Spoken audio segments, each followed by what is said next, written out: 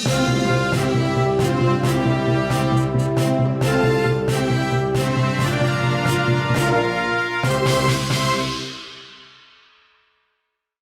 आदित्यनाथ देश के सबसे बड़े राज्य के सीएम हैं, हिंदू हैं, एक संत हैं और एक हिंदू हृदय सम्राट भी माने जाते हैं।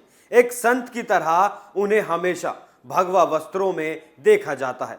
कई बार सीएम योगी मंच से कह चुके हैं कि सीएम के साथ साथ संत भी हैं, इस बात को भूलना नहीं चाहिए। जिहादी गैंग और हिंदू विरोधी गैंग भी इस बात को अच्छे तरीके से जानता है, इसीलिए सीएम योगी के साथ इतनी घटिया हरकत करने की हिमाकत की। पिछले कुछ दिनों से पूरा देश देख रहा है कि कैसे शाहरुख और दीपिका की फिल्म पठान का विरोध हो रहा है। कई राज्यों के मंत्री फिल्म को अपने अपने राज्यों में बैन करने की बात कह चुके हैं। इसी बात से बौखलाए इस भगवा विरोधी गैंग ने ट्विटर पर एक फोटो पोस्ट किया है, जिसमें दीपिका की जगह सीएम योगी को दिखाया गया। इस फोटो से सीएम पद की गरिमा को तो ठेस पहुंचाई ही गई है, साथ ही फिर एक बार भगवा की तौहीन की गई। लेकिन बड़ी बात यह है कि जिस भी जिहादी ने किया है उसके खिलाफ केस दर्ज करके टीमें उसकी तलाश में निकल पड़ी हैं। जय श्री राम स्पेशल रिपोर्ट में आपका स्वागत है। मैं हूं आपके साथ अभिषेक पुंडीर।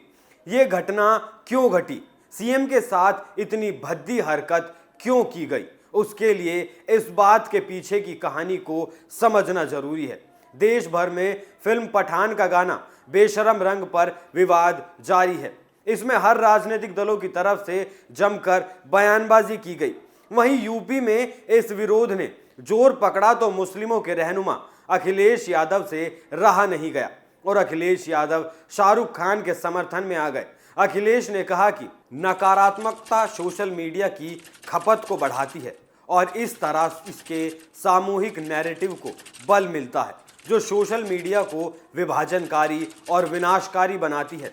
सिनेमा एक काउंटर नैरेटिव को बनाए रखने के लिए सबसे अच्छी स्थिति है। अखिलेश ने जैसे ही बेशरम रंग का समर्थन किया, वैसे ही सोशल मीडिया पर एक वीडियो तेजी से तैरने लगा, जिसमें दिखाया गया कि सीएम योगी पठान फिल्म का खुलकर विरोध कर रहे हैं। इस वीडियो में योगी को कहते सुना जा सकता है कि अगर देश के बहुसंख्यक समाज ने शाहरुख खान का विरोध कर दिया तो आम मुसलमानों की तरह सड़कों पर भटकना पड़ेगा।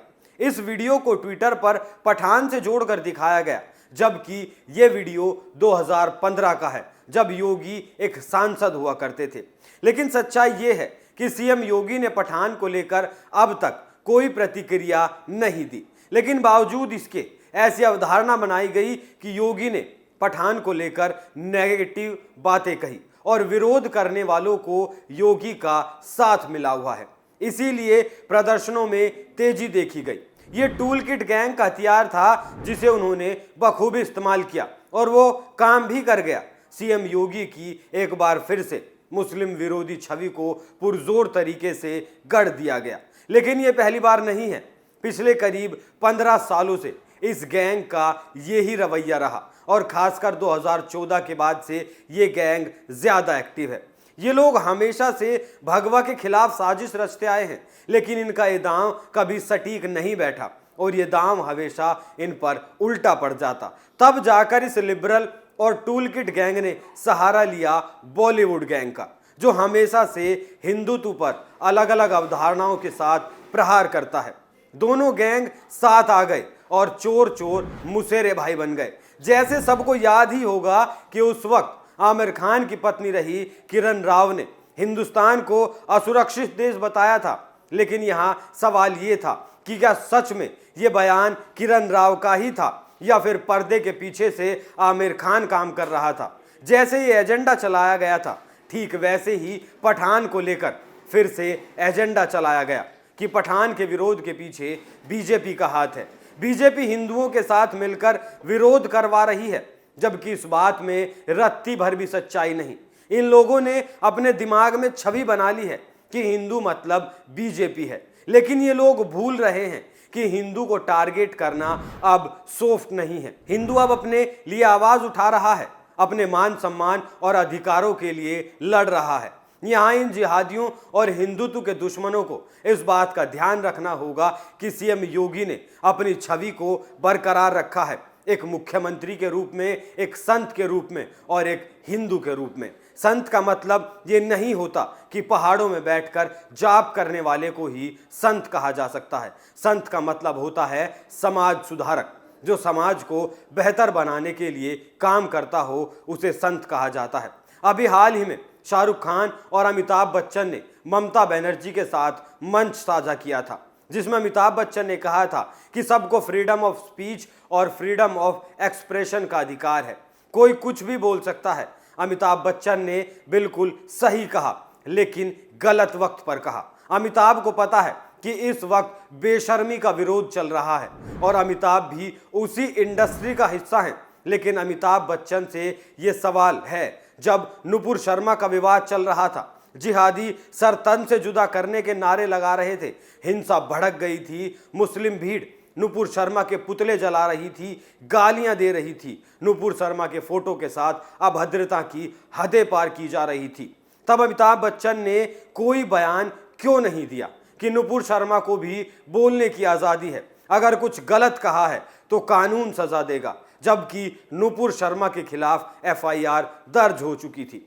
ये बात हर लिहाज से गलत है, क्योंकि अमिताभ एक बहुत बड़ी पब्लिक फिगर है। ये रवैया गलत है, एक वर्ग के लिए चुप्पी साध लेना और दूसरे वर्ग के लिए जहर उगलना। जब एमएफ हुसैन ने मां सरस्वती की बेहुदा तस्वीरें बनाई थी, तब ये गैंग बाहर नहीं आया।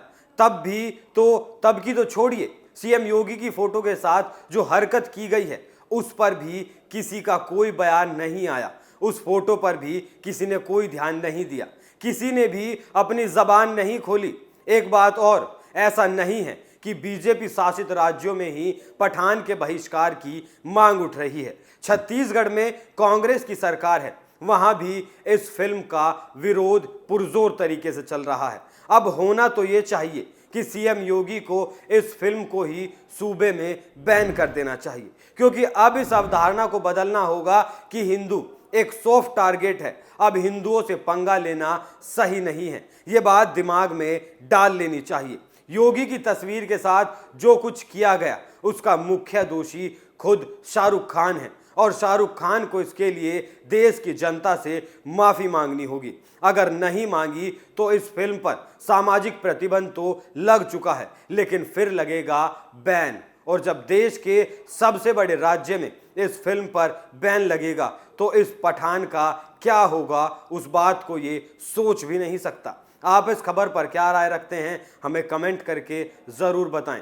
स्पेशल रिपोर्ट में फिलहाल के लिए इतना ही, जल्द फिर हाजिर होंगे एक नए मुद्दे के साथ। तब तक देखते रहिए कैपिटल टीवी। नमस्कार।